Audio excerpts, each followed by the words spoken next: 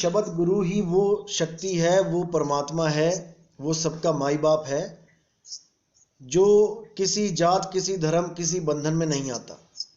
वो हर बंधन से, हर जात से ऊपर है, हर देश से, हर सरकार से ऊपर है। वही सबका मालिक है, वही सबका परमात्मा है। लेकिन उस शब्द गुरु की सही जानकारी ना होने के कारण हम लोग आज तक उसको प्राप्त नहीं कर पाए। हमने बहुत पूजाएं करी, बहुत अर्चनाएं करी, हमने युगों युगों तक मंत्र जपे, हमने योग साधनाएं करी, बहुत कुछ किया हमने, तीर्थ व्रत पूजा कुछ नहीं छोड़ा। सतयुग से लेके द्वापर तक, द्वापर से लेके त्रेता तक सब कुछ करते ही आए। तीनों युगों में हमने भक्तियां करी, हमने ऐसा कुछ नहीं छोड़ा जिसका प्रमाण आपको ग्रंथों में भी मिल जाता है कि कितना कुछ इस जीव ने किया, कितनी बड़ी बड़ी तपस्याएं करी, 21-21 हजार साल, 50-50 हजार साल, क्योंकि उम्रें लंबी होती थी। 50-50 हजार साल तक साधनाएं करी, लेकिन आज भी हम यहीं बैठे हुए हैं। यानी कि हम मुक्त नहीं हो पाए। कुछ ना कुछ तो हमने किया ही होगा भाई, इतने पापी तो हम नहीं थे कि हमने कुछ भी नहीं किया होगा। तीनों युग में कुछ तो किया होगा, मंत्र जपे होंगे, मंदिरों में गए होंगे, तीर्थ किए होंगे, चारों धाम किए होंगे, लेकिन आज भी हम यहीं बैठे हैं। इसका मतलब यह है कि कोई कमी रह गई थी हमारी भक्ति में, हमारी साधना में, जो हमें मुक्ति नहीं मिली। हम आज भी इसी तीन लोक में धक्के खा रहे हैं। क्यों खा रहे हैं? क्योंकि हमने उस शब्द गुरु का भेद प्राप्त नहीं किया। शब्द गुरु आता है इस दुनिया में अपना राज बताने, अपने बारे में समझाने आता है, लेकिन हमारी मत इतनी ऊंची नहीं होती है। हमारी मति, हमारी बुद्धि का लेवल इतना ऊंचा नहीं होता है कि हम उसकी बातों को समझ पाएं। जैसे धर्मदास जी को 100 बार समझाया गया ज्ञान, मूल ज्ञान 100 बार समझाया, लेकिन धर्मदास जी के समझ में नहीं आया। इसीलिए साहिब ने एक कहानी बना के उसको समझाने की कोशिश करी कि एक कहानी सुनाता हूं, शायद इससे ये समझ जाए। इसीलिए बोला साहिब ने, धर्मदास ये जग बौराना और कोई न जाने पद निर्वाणा, यही कारण में कथा पसारा। कारण भी बता दिया साहिब ने कि अनुराग सागर की कहानी मुझे क्यों सुनानी पड़ी। यही कारण में कथा पसारा, इन सब से कहिए राम ने आरा। यानी जितने भी राम की पूजा आज तक की गई है, ये सब वो राम नहीं है जिस राम के द्वारा हमें मुक्ति मिलेगी। जिसके लिए साहिब ने बोला, सेवा को दो ही भले, एक संत एक राम, और राम है दाता मुक्ति का, संत जपावे नाम।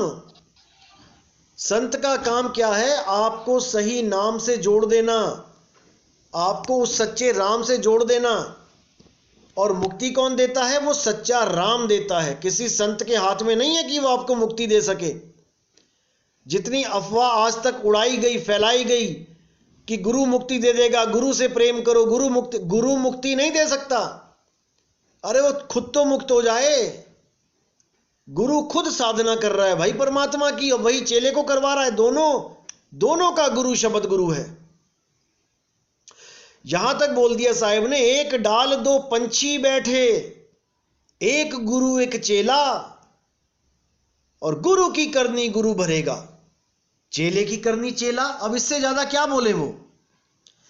इससे ज्यादा वो क्या समझा सकते हैं कि दोनों की मुक्ति का जो कारण है वो कुछ और है। गुरु और चेला तो जस्ट एक मर्यादा है इस जीवन में कि हाँ भाई ये मेरे गुरुजी हैं, इनसे मुझे ज्ञान प्राप्त हुआ है। वो गुरु कोई घर से लेके थोड़ी नहीं आया है ज्ञान, उसको भी तो किसी गुरु से मिला है ना। ऐसे ही गुरु से आगे गुरु, गुरु से आगे गुरु, आगे अगर धुर पे लास्ट में जाके परमात्मा अगर आपको नाम दे रहा है उस पंथ में, उस गुरु को, तब तो आपके पास सही ज्ञान पहुंच रहा है, आपकी मुक्ति होगी। अगर गुरु के पास नाम ही सच्चा नहीं है, फिर यानी गुरु से पहले गुरु, गुरु से पहले गुरु, गुरु से पहले गुरु खोजते चले जाओ और पता लगे कि जो पहला गुरु था उसका कोई गुरु ही नहीं था, फिर क्या करोगे? फिर भी मुक्ति मिल जाएगी क्या? अगर संतों के हाथ में मुक्ति हो फिर तो कोई भी संत मुक्त करा दे। इसीलिए बार बार मैं कहता हूं कि देही गुरु अलग है भाई, विदेही गुरु अलग है। देही गुरु को तो चेलों ने जहर तक खिला दिया, मार दिया उनको प्रॉपर्टी के चक्कर में। विदेही गुरु को भी मार सकता है क्या कोई? कोई नहीं मार सकता। विदेही गुरु अलग है, वो सब में रमता राम है, और देही गुरु चंद लोगों का गुरु होता है। जैसे हमारे गुरु वैराग साहिब हैं, किसी के गुरु रामपाल जी महाराज हैं, किसी के गुरु मधु परमहंस जी महाराज हैं, किसी के गुरु राधा स्वामी हैं, किसी के गुरु सतपाल जी महाराज हैं, किसी के गुरु निरंकारी बाबा हैं। ये कुछ लोगों के गुरु हैं, सबके गुरु नहीं है ये। रामपाल जी महाराज का कोई भी भगत वैराग साहिब की जय नहीं बोलेगा, निरंकारी का कोई भी भगत राधा स्वामी बाबा की जय नहीं बोलेगा। लेकिन हर पंथ का बच्चा, हर पंथ का जीव, हर पंथ का शिष्य परमात्मा की जय बोलेगा।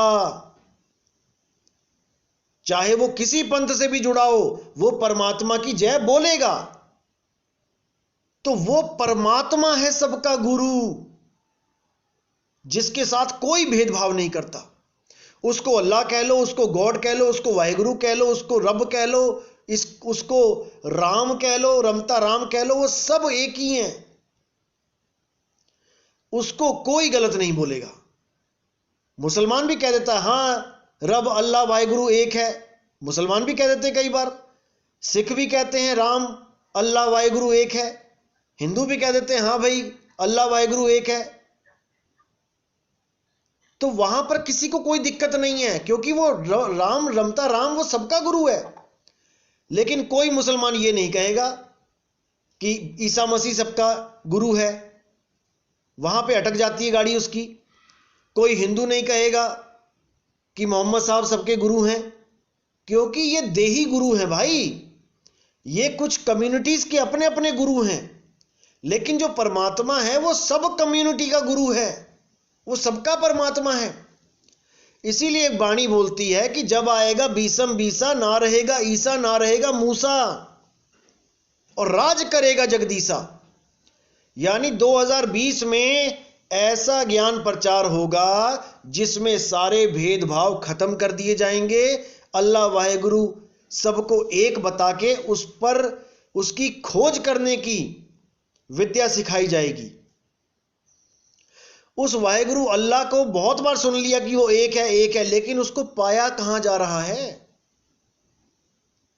सब अलग अलग विधियों में फंसे पड़े हैं। कोई कलमा पढ़ रहा है, कोई मंदिर में प्रेयर कर रहा है, कोई प्रार्थना कर रहा है, कोई कुछ कर रहा है। उसकी असली विधि जब तक नहीं समझ में आए कि वो प्राप्त कैसे होगा, जब तक कोई लाभ नहीं होगा उसको एक मान के भी। साईं बाबा ने भी बोला सबका मालिक एक है, तो क्या हो गया? सबका मालिक एक है ये तो सत्य है, लेकिन वो एक है कहां? वो है कौन? वो मिलेगा कैसे? ये भी तो बता दो।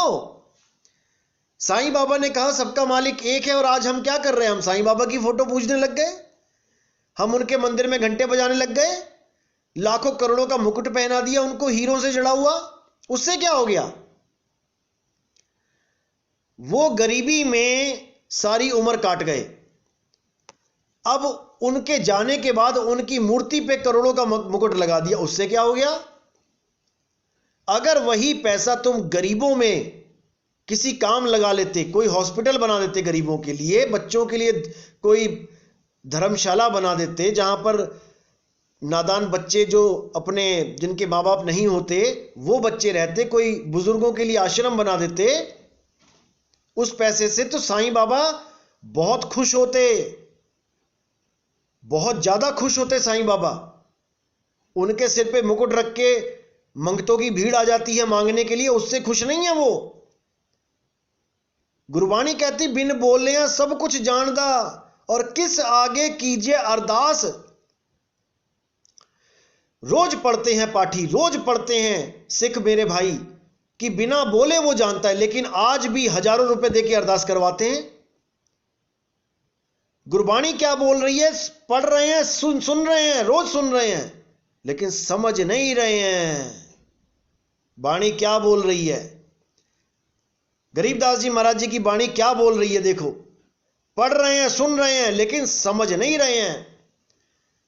क्या बोल रही है? 52 अक्षर लेख राम रंग हो रही हो, वो अक्षर यामे नाही राम रंग हो रही हो, और कागज कलम कलेश राम रंग हो रही हो, वो रहे शेष का शेष राम रंग हो रही हो।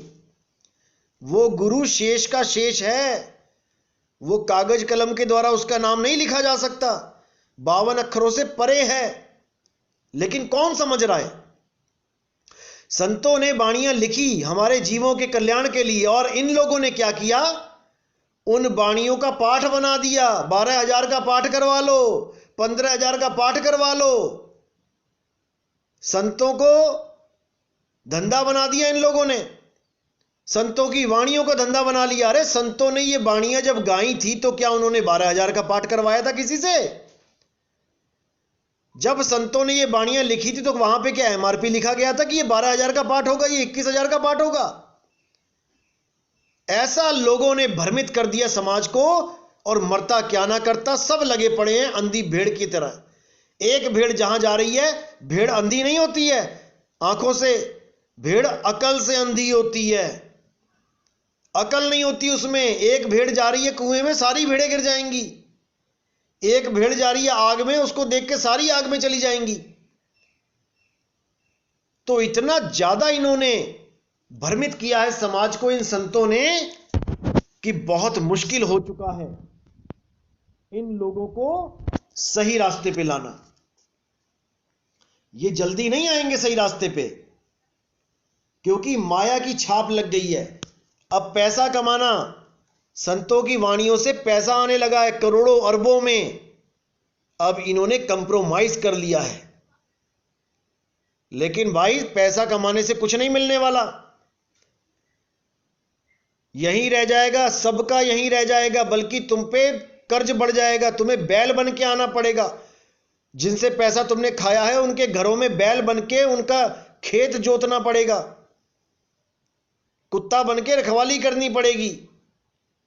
तब समझ में आएगा कि ये संतों की वाणियों का पैसा कैसे खाया जाता है। आज तो गाड़ियों में घूम लो, आज तो लाखों की गाड़ियों में घूम लो। गरीब अपनी मेहनत की कमाई पेट काट काट के 10-10, 5-5 रुपया देता है। उस गाड़ी कमाई से ऐश कर लो, लेकिन वक्त आएगा, और ऐसा वक्त आएगा कि तुम्हें समझ में आ जाएगा। हमारे मदन पंथ में भी ऐसे बहुत से हैं, बहुत से हैं। एक साधु ऐसा है जिसने हजारों रुपया इकट्ठा कर लिया, मैं गुरुजी की समाधि बनाना चाहता हूं, मैं गुरुजी की समाधि बनाना चाहता हूं। लोगों ने भाव में आके पैसा दे दिया, 1 लाख, 1.25 लाख, 1.5 लाख इकट्ठा हो गया। अब महाराज जी आ गए अपने आश्रम पे, और क्या किया? लैट्रिन बाथरूम बना के बैठ गए महाराज जी। समाधि के नाम पे पैसा इकट्ठा किया और लैट्रिन बाथरूम बना के बैठ गए। अब जब भगत पहुंचे उनके आश्रम पे कि गुरुजी आपने इतना पैसा इकट्ठा किया था, समाधि कहां है, हम दर्शन करना चाहते हैं, फोटो खिंचवाने आए हैं साथ में गुरुजी की समाधि के, तो समाधि तो है ही नहीं। समाधि कभी गड्ढा खुदवाया होगा समाधि के लिए, नींव के लिए, तब तो बनेगी वो। लैट्रिन का गड्ढा खुदवा दिया उन्होंने महाराज जी ने। तो उनको क्या लगता है कि ऐसे क्या पच जाएगा ये पैसा? अरे नहीं भाई, भगत के अन्न में बड़े बड़े दांत हैं, और भजेगा तो पचेगा, नहीं तो फाड़ देते आंत हैं। ये तुम्हारी आंतें फाड़ेगा वो पैसा जो तुमने हड़प कर लिया है। कबीर साहब तो वैसे ही मंदिर मस्जिद के खिलाफ थे, समाधियों के खिलाफ थे। उन्होंने कब कहा कि तुम किसी गुरु के नाम पे समाधि बनाओ? उन्होंने तो हर चीज का खंडन किया। लेकिन मदन साहिब के पंथ में भी समाधियां चैन नहीं लेने दे रही हैं।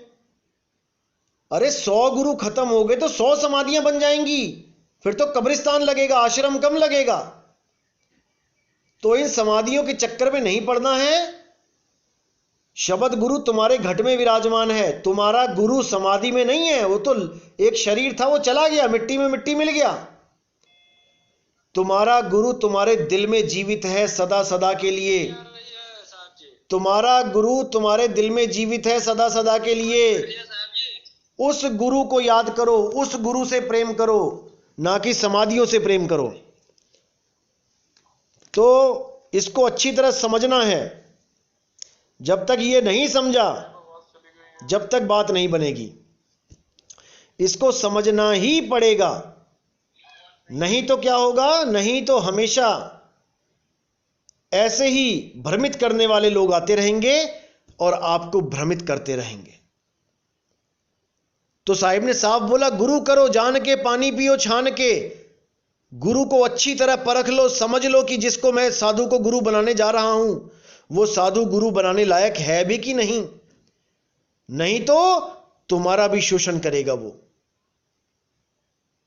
क्योंकि जो बिगड़ा हुआ है वो बिगड़ा ही रहेगा, वो सुधर नहीं सकता, चाहे भले वो साधु बन जाए। जब तक वो अपने आप को सुधारेगा नहीं, कोई ऐसी शक्ति नहीं जो उसको सुधार सके, क्योंकि अपने आप को स्वयं सुधारना है। हम ही हैं अपने मालिक, हमें ही अपने मन को कंट्रोल करना है। ऐसा कोई गुरु नहीं है जो तुम्हें कोई ऐसा मंत्र दे दे कि तुम्हारा मन कंट्रोल हो जाए, ऐसा कुछ नहीं होगा। हमें ही साधना करनी पड़ेगी उस सार शब्द की, हमें ही अंदर से प्रेम जगाना पड़ेगा मालिक के लिए, तब बात बनेगी। अगर ऐसा गुरु कोई कहता है कि हां मैं तुम्हारा मन कंट्रोल कर दूंगा, तो मुझे लेके जाओ उसके पास, लेके चलो जरा, मैं देखता हूं कि कौन सा मन कंट्रोल करेगा वो। ये सब भ्रमित करने वाली बातें हैं। परमात्मा आपको ऐसी जुगत बताता है जिसको करने से आप स्वयं अपने मन के राजा हो जाते हो। आप मन के ऊपर बैठ जाते हो जाके, मन आपका गुलाम हो जाता है, आप मन के गुलाम नहीं रहते। तो उस विधि को जानना है। सतगुरु वैराग साहिब के चरणों में जाके जब आप उसको समझोगे, तब आपको पता लगेगा कि वो विधि क्या है।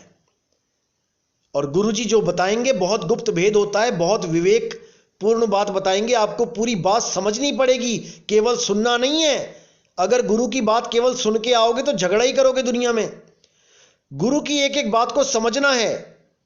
गुरु वैराग साहिब ही सतगुरु हैं और हर चीज को वो समझाएंगे, उसको समझना है। मोटी बुद्धि लेके नहीं जाना है वहां पे, बुद्धि को सूक्ष्म करके जाना है, क्योंकि ये बहुत जीना मार्ग है। ऐसे भी मोटी बुद्धि वाले लोग हैं जो गुरु वैराग साहिब के पास जाते हैं और उनके कहे को समझ नहीं पाते हैं। सुन तो लेते हैं वो क्या कह रहे हैं, लेकिन समझ नहीं पाते कि उनका भाव क्या है। तो आपने उस भाव को समझना है, तब बात बनेगी, तब बात बनेगी।